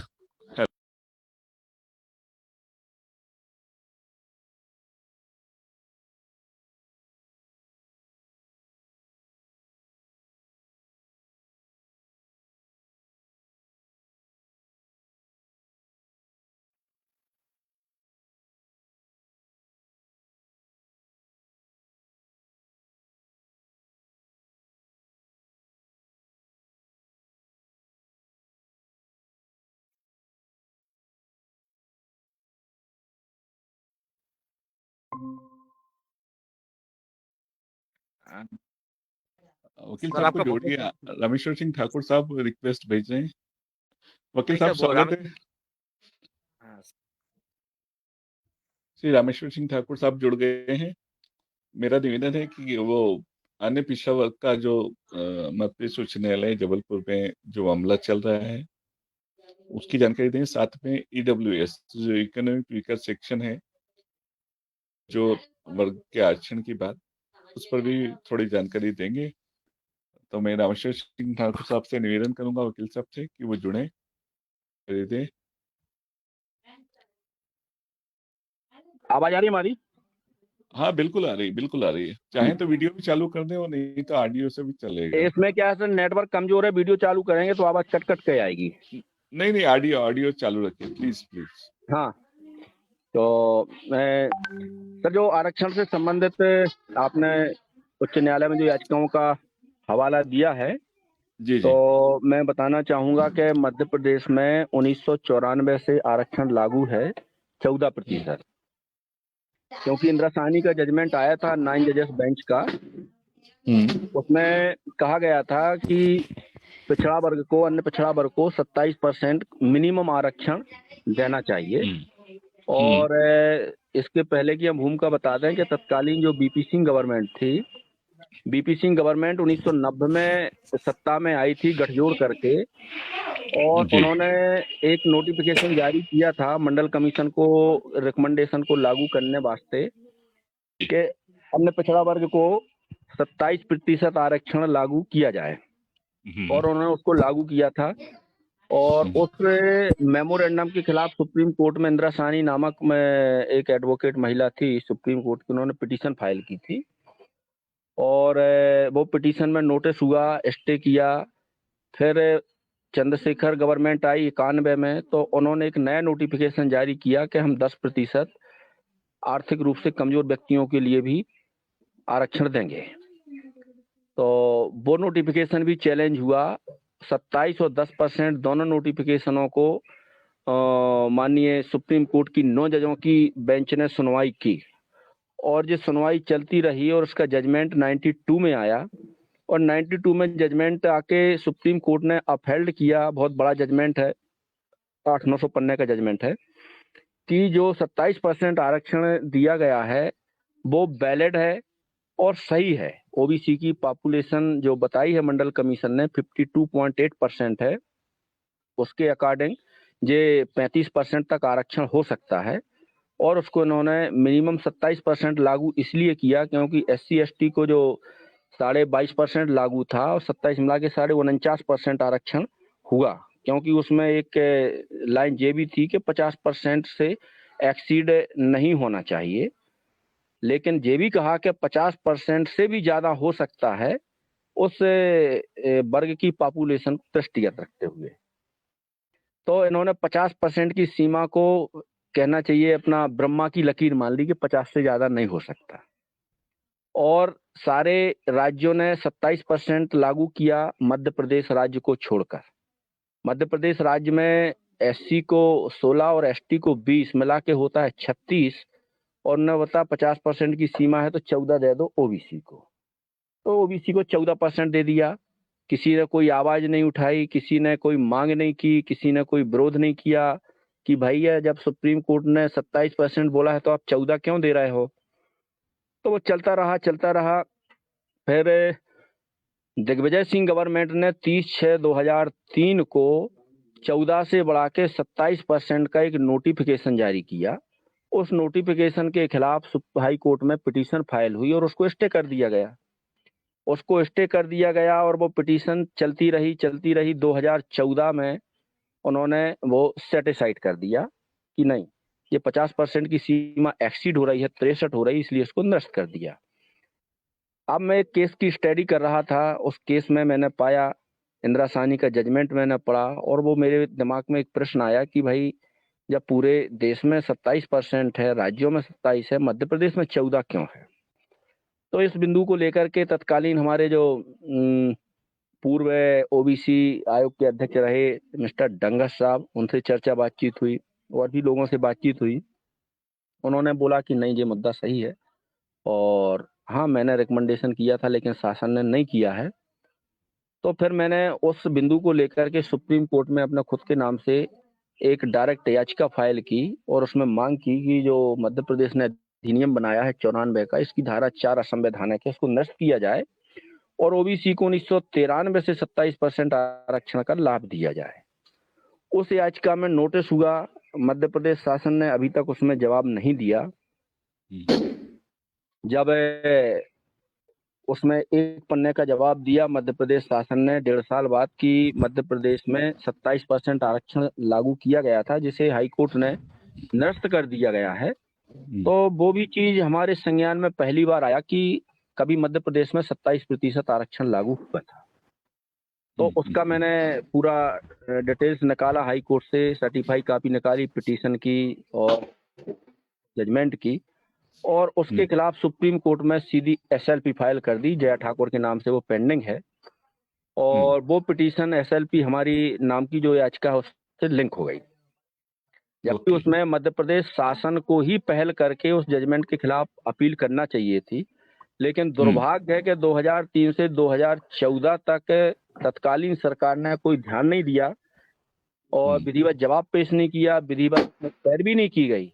बड़े आश्चर्य की बात है कि पैनल अधिवक्ता खड़ा हुआ उस केस में, इतना बड़ा पॉलिसी मैटर होने के बावजूद भी। फिर क्या हुआ कि विधानसभा चुनाव का समय हुआ 2018 में, तो मैंने भाजपा के तत्कालीन प्रदेश अध्यक्ष राकेश सिंह से बात की कि भाई ओबीसी को 27% आरक्षण की घोषणा आप करिए, क्योंकि इतनी बड़ी आबादी है, 14% मिल रहा है, अन्याय हो रहा है, और इतने लंबे समय से आपकी सरकार रही है और इस बार आपकी स्थिति ठीक नहीं है। यदि ओबीसी को आप प्रॉपर प्रतिनिधित्व देते हैं तो गवर्नमेंट आपकी रिपीट हो जाएगी। तो उन्होंने कोई समुचित जवाब नहीं दिया। हाई कोर्ट में अपने शिवराज सिंह चौहान का एक कार्यक्रम था, वो आए, उनसे भी मैंने व्यक्तिगत रूप से चर्चा की, तो उन्होंने मना कर दिया कि भाई मैं नहीं कर सकता, मेरी कुर्सी ही नहीं रहेगी यदि मैं 27% करूंगा, जो उन्होंने शब्द बोले। ठीक है। फिर इसके बाद में हमने विवेक कृष्ण तन्खा से बात की, कांग्रेस के राज्यसभा सांसद हैं, तो उन्होंने बड़ा अप्रिशिएट किया और बोले बहुत अच्छा सजेशन है, मैं कमलनाथ जी से बात करूंगा। तो उन्होंने बातचीत की, और जब इनका घोषणा पत्र बना, चुनावी घोषणा पत्र, तो उसमें इस चीज को उन्होंने वरीयता पर रखा कि यदि हमारी सरकार बनती है तो हम 27% आरक्षण देंगे। और हमारे जितने भी संगठन हैं मध्य प्रदेश के, सारे संगठनों को इस चीज से हमने अवगत कराया, और सारे संगठनों ने फिर कांग्रेस के कुछ अपने ओबीसी वर्ग के लोगों को ज्वाइन करा के टिकट दिला के 8 सीटें ऐसी जिताई, और इसमें मध्य प्रदेश सरकार कांग्रेस की बन गई जी। 3 मार्च को कमलनाथ से मुलाकात हुई, उनसे रिमाइंड किया गया 27% का। उन्होंने आश्वासन दिया कि 3 दिन का मौका दीजिए आप। तो 6 मार्च 2019 को उन्होंने घोषणा की, और 8 मार्च 2019 को उन्होंने ऑर्डिनेंस जारी कर दिया 27% का। उस ऑर्डिनेंस के खिलाफ हाई कोर्ट में पिटीशन आ गई। अब सरकार ने तो जारी कर दिया, लेकिन वो दबाव में किया, शासन की मंशा भी नहीं थी, और जो सिस्टम में काम कर रहे हैं शासकीय अधिवक्ता एक ही वर्ग के लोग हैं पूरे, वो भी नहीं चाहते कि इनको समुचित आरक्षण मिले। तो इन्होंने उस याचिका में विधिवत पैरवी नहीं की, और उस याचिका में इन्होंने पीजी नीट काउंसलिंग से संबंधित थी वो याचिका कि इसमें 27% लागू ना किया जाए, उसको हाईकोर्ट ने स्टे कर दिया। इसके बाद में हाईकोर्ट ने स्पष्ट किया कि ये आर्डर जो है ये केवल subject matter of the petition पे ही लागू होगा। इसके बाद में और कई पिटीशनें आई जिसमें फिर हमने बहुत जोरदार पैरवी रखी की पक्ष रखा हाई कोर्ट में, तो फिर किसी भी केस में स्टे नहीं हो पाया, और उसका क्लियरिफिकेशन जारी किया कि ये केवल नीट पीजी काउंसलिंग पे ही लागू रहेगा। लेकिन दुर्भाग्य है कि वो पूरे मध्य प्रदेश में उन्होंने बोला कि पूरे मध्य प्रदेश में स्टे है, जबकि ऐसा नहीं है, और ये भ्रांतियां फैलाई गई हैं। तो अभी भी जो विज्ञापन निकलते हैं भाई, कोई 14 के हिसाब से, कोई 27 के हिसाब से, लेकिन ओबीसी वर्ग सो रहा है गहरी नींद में, कोई इसके संबंध में ना विरोध कर रहा है ना रोडों पे आ रहे हैं। तो गवर्नमेंट अपनी मनमानी कर रही है। एक एक करके ऐसी लगभग 25-30 पिटीशनें आज की तारीख में आरक्षण को चुनौती देने वाली है। अब 2 जुलाई 2019 को कमलनाथ सरकार ने 10% ईडब्ल्यूएस को आरक्षण लागू कर दिया। तो फिर उसको लेकर के हमने हाई कोर्ट में पिटीशन फाइल की कि भैया जब ओबीसी को आप 50% की सीमा से ज्यादा मान रहे हो, तो जो 10% और मिला दिया जाए तो 60% हो रहा है, ये भी ज्यादा है, इसको भी आप स्टे करिए। पिटीशन एक करके 2-3 पिटीशन हमने फाइल की ईडब्ल्यूएस को, 2-3 ग्राउंड पे हमने चैलेंज किया उसमें। उसमें कोर्ट ने फिर नोटिस किया, और फिर उसी का परिणाम है कि आज ओबीसी का 27% आरक्षण अपना स्टे नहीं है। जी। और सारी पिटीशनों में तत्कालीन सरकार, कांग्रेस सरकार रही, 7-8 महीने तक इन्होंने जवाब नहीं दिया। जब संगठनों के माध्यम से दबाव बनाया, फिर आखिरी में उन्होंने जवाब दिया, और जवाब दिया कुछ पिटीशनों में दिया, लेकिन इसके बाद गवर्नमेंट गिर गई, और फिर नई गवर्नमेंट आई, नई गवर्नमेंट पे भी दबाव बनाया, लेकिन इन्होंने वो जो जवाब कांग्रेस सरकार के समय पेश था उसी को अडॉप्ट किया है। और क्वांटिफाइबल डाटा की बात आती है तो उसके लिए भी हमने पिटीशन फाइल की कि भाई क्वांटिफाइबल डाटा पेश करिए, ताकि स्थिति क्लियर हो कि ओबीसी के कितने शासकीय लोक सेवक हैं। तो उसमें उन्होंने अभी पिछले हफ्ते पेश किया है, उसमें ये आया है कि 14% आरक्षण होने के बावजूद भी 14 का 14 नहीं दिया, हमको 13.5% आरक्षण दिया है उन्होंने। और जो ओबीसी के पद हैं वो केवल 6 या 7% ही पद भरे हैं। बाकी पदों पे सब पूरे सवर्ण भरे हुए हैं। यानी आपने 13.5 दिया है तो 13.5% हमारे कर्मचारी होना थे ओबीसी के, लेकिन वो भी नहीं है। तो ऐसी बेईमानी होती रही है, और अब वो क्वांटिफाइबल डाटा भी उतने परफेक्ट नहीं है। उस संबंध में भी एक पिटीशन फाइल करने की हम लोग तैयारी कर रहे हैं, और वो संभवतः जनवरी तक वो पिटीशन फाइल कर देंगे। और 32 पिटीशन हाई कोर्ट में पेंडिंग है। सारी पिटीशनों में हम अधिवक्ता हैं, ओबीसी का पक्ष रख रहे हैं शासन को सपोर्ट करते हुए। और हाई कोर्ट ने भी 27% लागू नहीं किया है, तो 3 पिटीशन हाई कोर्ट के खिलाफ भी फाइल की हैं। अभी जो सिविल जज की भर्ती हुई थी वो 14 के हिसाब से निकाली है इन्होंने, तो उसके खिलाफ भी याचिका दायर की हैं, उसमें नोटिस किया है हाई कोर्ट ने। अब इन सब प्रकरणों की सुनवाई 23 दिसंबर को लगी हुई है। देखो सुनवाई हो पा रही कि नहीं हो पा रही, क्योंकि वर्चुअल हियरिंग चल रही है। वर्चुअल हियरिंग में संभव नहीं है इतना बड़ा मुद्दा डिसाइड करना, क्योंकि इसमें डे टू डे ही हियरिंग होके ही ये मुद्दा निपटाया जा पाएगा। तो हमको ऐसी संभावना है कि जनवरी में सुन रहे हैं कि कोर्ट की फिजिकल हियरिंग चालू हो सकती है। तो ये मुद्दों पर मुझे उम्मीद है कि अब 2021 में ही कोई जजमेंट आ पाएगा। मेरा आपसे ये प्रश्न था कि न्यायालय के मोर्चे पे हाई कोर्ट में तो आप मामले को लड़ रहे हैं, सुप्रीम कोर्ट में भी आप मामले में अपना पक्ष रख रहे हैं, बात को दम से रख रहे हैं, मगर समाज से क्या आपको अपेक्षा है? समाज को क्या करना चाहिए, कैसे करना चाहिए? क्योंकि समाज को इसमें देखो, मैं चीज बता दूं कि मध्य प्रदेश में ओबीसी की लड़ाई पूरा लोधी समाज लड़ रहा है जी। इसमें अन्य 94 जातियां हैं मध्य प्रदेश में ओबीसी की, लेकिन इस आरक्षण की पूरा मूवमेंट शुरू से आप देखेंगे तो हमारे लोधी समाज के ही व्यक्तियों ने लड़ा है और जी आगे इसको बढ़ा जी रहे हैं। तो हम चाहते हैं कि इसमें जो हमारे 18 से 35 साल के युवा हैं वो अधिक से अधिक संख्या में इन केसों में इंटरवीन करें और अन्य समाजों के ओबीसी की अन्य समाजों के लोगों को मिलके अपना धरना प्रदर्शन और एक आंदोलन का रूप इसमें देना आवश्यक है। आज जैसे हमारी मीटिंग चलती रही 8:30 से अब भी खत्म हुई है, जी जी उसमें देखने में आया है कि वर्ग 1, वर्ग 2, वर्ग 3 के हजारों बच्चे चयनित हैं, लेकिन उनको अपॉइंटमेंट जारी नहीं किया जा रहा है। कारण 27 और 14 का खेल है। तो उसमें सभी से यही अपील की गई है कि सभी लोग, आप लोग पैदल मार्च करें अपने अपने जिले से भोपाल के लिए और भोपाल में एक क्रमिक आंदोलन चालू कराएं कि भैया इनको नियुक्ति दो और हमारा 27% आरक्षण लागू करो। जी वो योजना बनाई गई है, तो उसमें जो भी हमारे चयनित लोग हैं वो लोग उसमें अपना सहयोग दे सकते हैं। जी जी। अभी दादा आपसे पहले 15-20 मिनट के लिए जुड़े थे, आदरणीय दादा बहादुर सिंह की लोधी, हाँ हाँ वो भी आंदोलन की रूपरेखा के बारे में थोड़ा बता रहे थे, पर हाँ उन्होंने खास तौर पे इस बात के लिए अफसोस प्रकट किया, हाँ जाति समाज इस समय सुप्त अवस्था में अपने आप को हम्म, जातीय अहंकार से मानते हैं, अपने आप को राजपूत और ठाकुर मानते हैं, यानी पिछड़ा वर्ग का ही नहीं मानते, तो आंदोलन में किस तरह से क्या काम करेंगे। हम्म, दूसरा, यही स्थिति कमोबेश अन्य पिछड़ा वर्ग की दूसरी जातियों में भी इसी तरह की जागरूकता का अभाव, ये उन्होंने बताया। हम्म। तो आपको क्या लगता है किस तरह से जन जागृति फैलाई जा सकती है, लोगों को ये कैसे समझाया जा सकता है कि किस तरह की लड़ाई लड़ने की जरूरत है, किस तरह की अवेयरनेस बनाने की जरूरत है, जागरूकता बनाने की जरूरत इस मुद्दे के लिए एक कार्यक्रम डिजाइन किया गया है कि पूरे मध्य प्रदेश में ओबीसी जन जागरण यात्रा, है। जी ओबीसी जन जागरण संदेश यात्रा के माध्यम से विधानसभा बाई पूरा मध्य प्रदेश का लगभग 3 महीने का समय इसमें लगेगा और एक जी जन जागृति यात्रा जारी की जाए तो इससे जी अवेयरनेस आएगी लोगों में। जी जी जी और जो नेगेटिव है उनको छोड़ दो, जो पॉजिटिव है उनको जोड़ते चलो।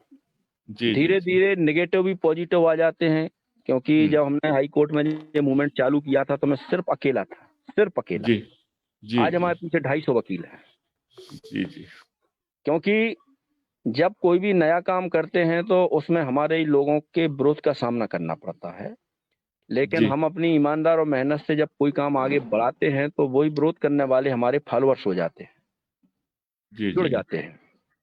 जी इसी प्रकार जब जन जागरण यात्रा निकलेगी पूरे मध्य प्रदेश में तो इसमें बहुत बड़ा परिवर्तन होगा। और आज जो मध्य प्रदेश में ओबीसी की बात की जा रही है, जो सिर्फ 2 महीने की यात्रा के कारण ही इतनी जन जागरण हुई है। जी से पूरे प्रदेश में यात्रा निकलेगी तो उसका जो प्रभाव है वो बहुत ही प्रभावी रहेगा। और जैसे आज मीटिंग में जुड़े रहे हैं हमारे डिप्टी कलेक्टर महेंद्र सिंह जी और भी कई वरिष्ठ लोग हैं, लिया गया है कि जो मध्य प्रदेश में आगामी चुनाव में निर्वाचन नामावली तैयार की जा रही है उसमें जाति जोड़ी जाए, जी क्योंकि जनगणना में जातिगत जनगणना का मुद्दा चल ही रहा है, सारे संगठन उसका वो कर रहे हैं और यदि वो कॉलम इंसर्ट नहीं करते हैं तो जनगणना का विरोध करने की भी बात हुई है। जी जी किसी जाति का कॉलम नहीं है तो हमें आपको कोई डाटा नहीं देना है, हाँ हाँ यानी उसका हमें विरोध करना है। हाँ तो हाँ जनगणना का जो प्रोग्राम है वो सेंट्रल स्तर पे है, लेकिन राज्य स्तर पे हम घेर के और कम से कम राज्य शासन पे दबाव बना के जो चुनाव की सूचियां जारी होती हैं, निर्वाचन नामावली, उसमें नाम के आगे जाति का उल्लेख आवश्यक रूप से किया जाए। इस वास्ते भी आंदोलन और धरना प्रदर्शन और ज्ञापन देने की बात कही गई है, क्योंकि हर स्तर से काम करना पड़ेगा तभी समाज जागरूक होगा। जी अभी पिछले दिनों इंदौर में हमारे साथ में थे डॉक्टर विजय बरैया लोधी, जो हमारे आलोक यानी कि अधिकारी कर्मचारी लोधी संगठन के वो प्रदेश अध्यक्ष हैं। तो वो एक मुद्दे को बता रहे थे कि लाभ जाति आधार पे दो जगह पे मिल जाता है मगर तीसरी आधार पे नहीं मिल पाता। कि समझो कोई महिला है तो वो ओबीसी का भी ले सकती है या ईडब्ल्यूएस का भी, मगर महिला का नहीं मिल पाता। इस तरह का 3 आरक्षण का लाभ नहीं मिल पाता है। इसको लेके थोड़ा प्रकाश डालें। एक व्यक्ति को एक ही आरक्षण का लाभ मिलेगा। हाँ, हाँ। कौन ईडब्ल्यूएस सी में कैटेगरी का क्या लाभ मिलना चाहिए? ईडब्ल्यूएस में केवल उसी को लाभ मिलेगा जो एससी एसटी ओबीसी नहीं है। ओके। और महिलाओं के लिए आरक्षण 2 प्रकार का होता है, वर्टिकल और हॉरिजॉन्टल। तो मध्य प्रदेश में महिलाओं के लिए 33% हॉरिजॉन्टल आरक्षण है। हम्म। तो उनको वर्टिकल भी मिलता है और हॉरिजॉन्टल भी मिलता है। अब जहाँ पे हॉरिजॉन्टल आरक्षण नहीं है वहाँ वो वर्टिकल में आती हैं, और जहाँ वर्टिकल और हॉरिजॉन्टल दोनों हैं तो वहाँ फिर वो हॉरिजॉन्टल में जाती हैं। अच्छा, अच्छा। हाँ, क्योंकि इस तरह की कई जगह हमारे लोगों को समस्याएं का सामना करना पड़ा है, तो मुझे लगा कि ये इस बारे में पूछ लें कि खासतौर पर महिला आरक्षण को लेके ही उन्होंने सवाल ये पूछा था। हाँ, क्योंकि अन्य पिछड़ा वर्ग और जो डीएनटी वाला है, विमुक्त जाति वाला, वहां पे इसको डीएनटी ओबीसी इस तरह का कह के लाभ दिया जाता है जिस राज्यों में भी मिलता है। तो वो कैटेगरी ऐसी बना दी जाती है और लाभ उसका मिलता है। एक तो आगे क्या है, कोई हाँ, इस मंच के माध्यम से आप कोई संदेश देना चाहते हो समाज के अपने लोगों को, कि उनको हाँ, अन्य इसमें हम पिछड़ा ये वर्ग कहना का जो चाहेंगे, आंदोलन है। ये कहना जी, चाहेंगे सर कि जो भी विज्ञापन नौकरी का निकलता है उसको जी। सावधानी पूर्वक आप पढ़ें। उसमें यदि महिलाओं के लिए हॉरिजॉन्टल आरक्षण यदि दिया गया है तो मैं पिछड़ा वर्ग की महिलाओं से ये अपील करूंगा कि उसमें आप अपना जाति प्रमाण पत्र ना लगाएं, आप सामान्य ओके, में ही आवेदन करें ओके। जहाँ पे हॉरिजेंटल के लिए अगर जहां हॉरिजॉन्टल की बात कही गई है। नहीं तो और उसका नुकसान होगा। उसका नुकसान ये होता है कि अभी जैसे पीएससी में 91 महिलाएं बाहर कर दी गई थी, वो केस मैंने कंटेस्ट किया था, मेरिट पे उनके नंबर ज्यादा थे, जी। लेकिन उनको इस ग्राउंड पे बाहर कर दिया गया था हाई कोर्ट द्वारा कि आप ओबीसी में हैं और आप ओबीसी की कैटेगरी में रहेंगे, भले ही आपके अंक ज्यादा हैं, आप सामान्य में नहीं आ सकते। तो उसको यहाँ से जजमेंट पर हाई कोर्ट के जजमेंट पर सुप्रीम कोर्ट ने स्टे लगाया है और उनकी अभी नियुक्ति हो गई है। तो इसमें भ्रांति है क्योंकि इसमें compartment wise and category wise reservation की बात की गई है हॉरिजॉन्टल रिजर्वेशन में। तो इसमें जो महिला जिस वर्ग की है वो उसी में रहेगी, भले उसके नंबर ज्यादा हैं। जबकि वर्टिकल में नंबर ज्यादा होते हैं तो कोई भी कैटेगरी का कैंडिडेट सामान्य में आ जाता है, वो उस कोटा को माइग्रेट करके जनरल कैटेगरी में आ जाता है, माने अनरिजर्व। ये हॉरिजॉन्टल रिजर्वेशन में ऐसा नहीं हो पाता है। इसलिए हम सभी से अनुरोध करते हैं कि आप जब विज्ञापन पढ़ें और हॉरिजॉन्टल आरक्षण है तो महिलाएं खासकर उसमें अपना जाति प्रमाण पत्र न लगाएं। ये हमारा संदेश है सभी को। और दूसरा संदेश ये है कि हम लगभग 4-5 महीने से ओबीसी को जन जागृत करने के लिए हर संडे को सुबह 8:30 से मीटिंग रखते हैं, वर्चुअल मीटिंग जी। तो उसमें काफी लोग जुड़ते हैं और कई समस्याएं होती हैं, हमारे कई अधिवक्ता लोग उसमें जुड़े रहते हैं, तो सब समस्याओं का समाधान बताते हैं और आपको क्या करना क्या नहीं करना ये सारी चीजें बताते हैं। तो आप के पास भी वो लिंक है, तो मैं चाहता हूं कि वो लिंक हमारी परमानेंट है, तो वो लिंक सबको शेयर कर दें। जो भी जिस भी प्रकार की उनकी क्वेरी है, जो भी प्रश्न है, वो हर संडे को 8:30 बजे उस मीटिंग को ज्वाइन करके और अपनी शंका का समाधान कर सकते हैं। और बिल्कुल बिल्कुल, शंका भी नहीं है तो कम से कम उस मीटिंग में आप जुड़ के जो बोलते हैं तो उसको सुनते रहिए, तो ऑटोमेटिक आप में एक अवेयरनेस जागरूकता आ जाएगी। आरक्षण क्या है, कैसे लागू होता है, ये सारी चीजें सीखने मिलेंगी, क्योंकि उसमें सब बुद्धिजीवी एडवोकेट्स हैं, रिटायर्ड आईएएस भी जुड़ते हैं, पीसीएस भी जुड़ते हैं, सब अपनी अपनी बात रखते हैं और काफी प्रबुद्ध लोग भी जुड़े रहते हैं उसमें। सिटिंग जो कर्मचारी हैं वो भी रहते हैं, स्टूडेंट्स भी जुड़ते हैं, और जो अभी हमने जैसे बताया शिक्षकों की भर्ती वाला, तो उसमें काफी लोग होते हैं, बात रखते हैं। और जितने भी मध्य प्रदेश में संगठन है, सब संगठनों के प्रमुख उस मीटिंग में जुड़ते हैं। बहुत तो जागो लोधी के माध्यम से मैं यही सबको संदेश देना चाहूंगा कि उस वर्चुअल मीटिंग में आप जरूर जुड़ें। सुबह 8:30 से हमारे चालू हो साथ जाती है जी। बिल्कुल हमारे साथ अभी जागो लोधी समाज ग्रुप के एडमिन श्री विजय लोधी जी भी जुड़े हैं, तो पूछना चाह रहे हैं, उनकी भी कुछ जिज्ञासाएं। हाँ हाँ हाँ हाँ बोलिए। सर नमस्कार सर, मैं विजय सिंह लोधी। नमस्ते सर एक्चुअली जी। हमारा एक ही क्वेश्चन था कि हमारे महाराष्ट्र के भाइयों के लिए भी मॉन्सस भी डिस्कस हो रहा था इस बारे में कि महाराष्ट्र के जो वहाँ भाई हैं उनके लिए आरक्षण का लाभ नहीं मिल रहा, ओबीसी आरक्षण का लाभ नहीं मिल रहा है। तो केंद्रीय इस सूची में आप हाँ भाई उनको स्टेट में ओबीसी का लाभ मिल रहा है, सेंट्रल लिस्ट में उनका नाम नहीं है। वो बिल्कुल सही है, बिल्कुल इसी की बात कर रहा था मैं सर। तो सेंटर में उनको ओबीसी का लाभ मिले इसके लिए किस प्रकार से कार्यनीति बना सकते हैं या किस प्रकार से उनका सहयोग कर सकते हैं अपने भाइयों का सर? भाई ओबीसी में जब स्टेट लिस्ट में उनका नाम है तो स्टेट की ही पहल पे सेंट्रल सूची में नाम उनका एंडोर्समेंट हो सकता है, बिल्कुल और स्टेट पे दबाव बना के स्टेट की तरफ से उनको जोड़ने के लिए कार्रवाई की जा सकती है। ये एक आसान तरीका है। जी सर। इस संबंध में एक बार मीटिंग हुई थी तो उनको हमने डिटेल्स में समझाया था पूरा, उसके बाद किसी ने संपर्क नहीं किया, किसी ने कोई पहल नहीं की। हाँ, बिल्कुल ठाकुर साहब अपने साथ मेना वाले और एक नासिक से, एक धुले से और बॉम्बे से भी लोग जुड़े थे, और जो 4-5-6 लोग प्रमुख थे उनको अखिल भारतीय लोधी महासभा ने भी ये बैठक आपके माध्यम से कोऑर्डिनेट करवाई थी, उनको सारी जी जानकारी दिलवाई थी जी भी बताया था कैसे और क्या हो सकता है, किस तरह से हाँ महाराष्ट्र के हमारे भाई केंद्रीय ओबीसी की सूची में आ सकते हैं, लोधी समाज कैसे आ सकता है, उनको डिटेल में बताया गया था। अब काम करने की उन्हें ही जरूरत है और उसके मामले में सभी हम लोग उनको सहयोग कर सकते हैं। जी। विजय भाई और हाँ कोई सर। प्रश्न हो? सर एक्चुअल में क्या है कि हमारे समाज में अभी अभी मॉन्सस भी डिस्कस हुआ इसके बारे में। एक हमारे समाज में विमुक्ति का आंदोलन चल रहा है, दूसरा ओबीसी का आंदोलन चल रहा है, और हमारे समाज के जो नेतृत्व भी हमारे समाज ही कर रहा है। लेकिन हमारे समाज के नौजवानों की इसमें जो क्या बोल सकते हैं सहभागिता है बहुत कम नजर आती है सर। तो इस सहभागिता बढ़ाने के लिए हमें क्या करना चाहिए सर? सहभागिता बढ़ाने के लिए एक जागरूकता की जरूरत है, और वो जागरूकता के संबंध में हमारे जो प्रबुद्ध वर्ग हैं, बहादुर दादा जैसे लोग हैं, वो पूरी टीम बना के और जन जागरण यात्रा का प्लान पूरा डिजाइन कर रहे हैं, और उस जन जागरण यात्रा के माध्यम से ही लोगों को अवेयर किया जा पाएगा।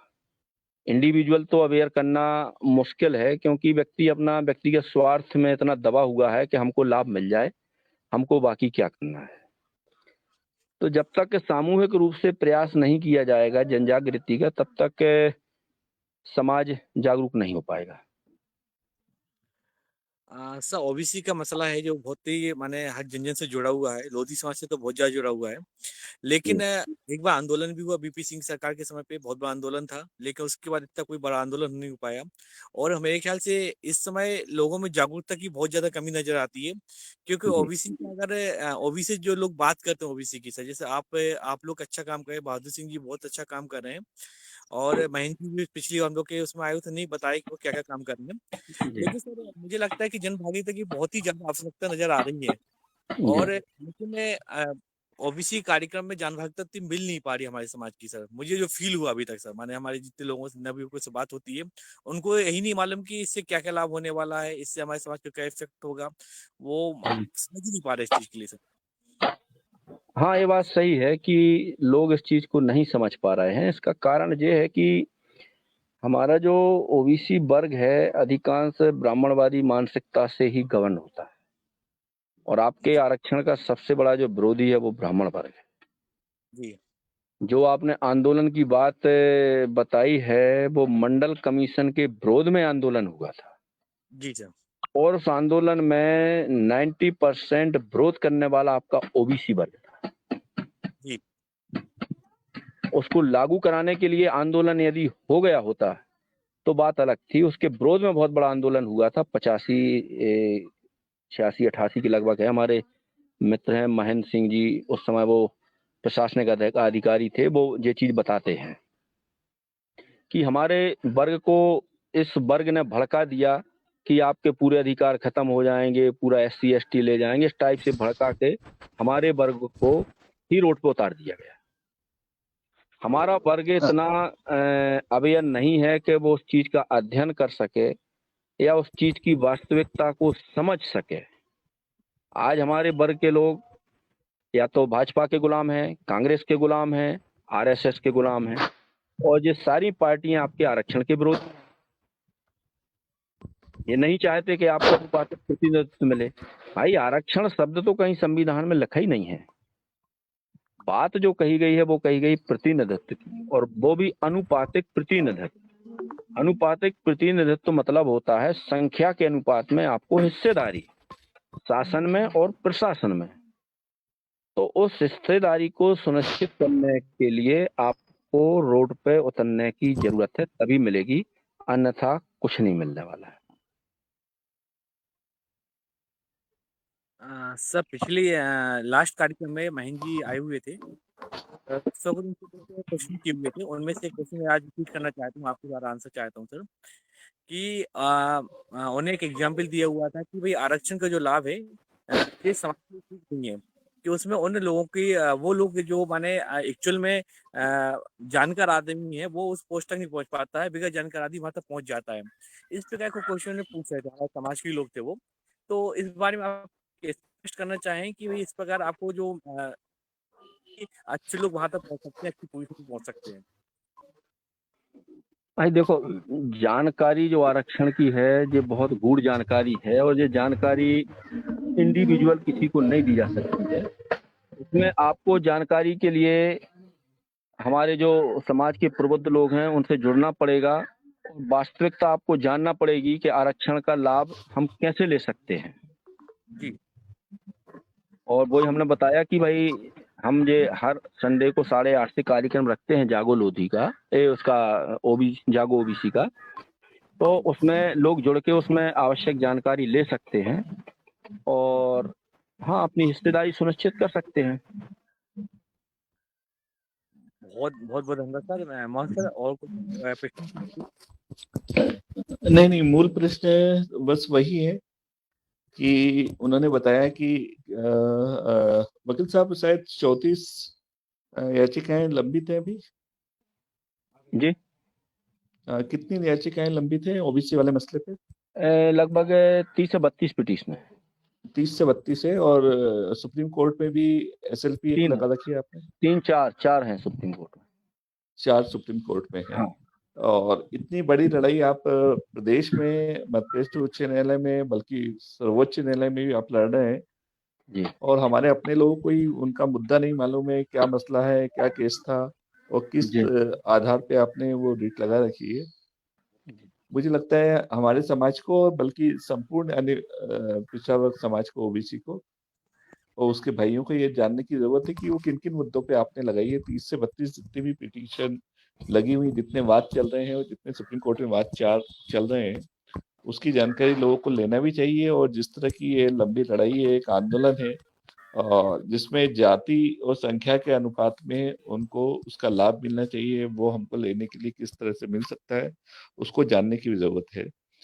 आप जो ये लड़ाई, इतनी लंबी लड़ाई को पूरी ताकत से लड़ रहे हैं, जिसमें ना हमारे समाज के लोगों की रुचि है, ना इतना पार्टिसिपेशन है, उसके बावजूद आप निरंतर ये लड़ाई लड़ रहे हैं, इसके लिए आप बहुत साधुवाद के पात्र हैं। और दादा भी और आप सब लोगों ने जिस तरह आरक्षण, अन्य पिछड़ा वर्ग के आरक्षण को लेके कोर्ट में, बल्कि मैदान में और संगठन स्तर पर भी जो काम कर रहे हैं, वो बहुत काबिल तारीफ है। आपने आज हमसे जुड़ के बहुत उपयोगी, बहुत महत्वपूर्ण जानकारी दी। मैं हमारे एडमिन श्री विजय लोधी से चाहूंगा कि वे इसके बारे में कुछ आभार स्वरूप कुछ और भी कुछ उनको कहना हो, कृपया वो जुड़े और कहें। श्री विजय लोधी जी।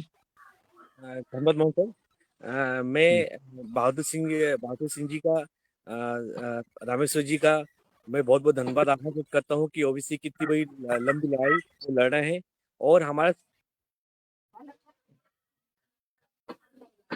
निवेदन की आप बहुत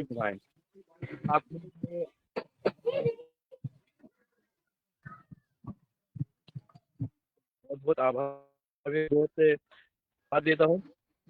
जी, थैंक यू। बहुत धन्यवाद, हार्दिक आभार। Thank you.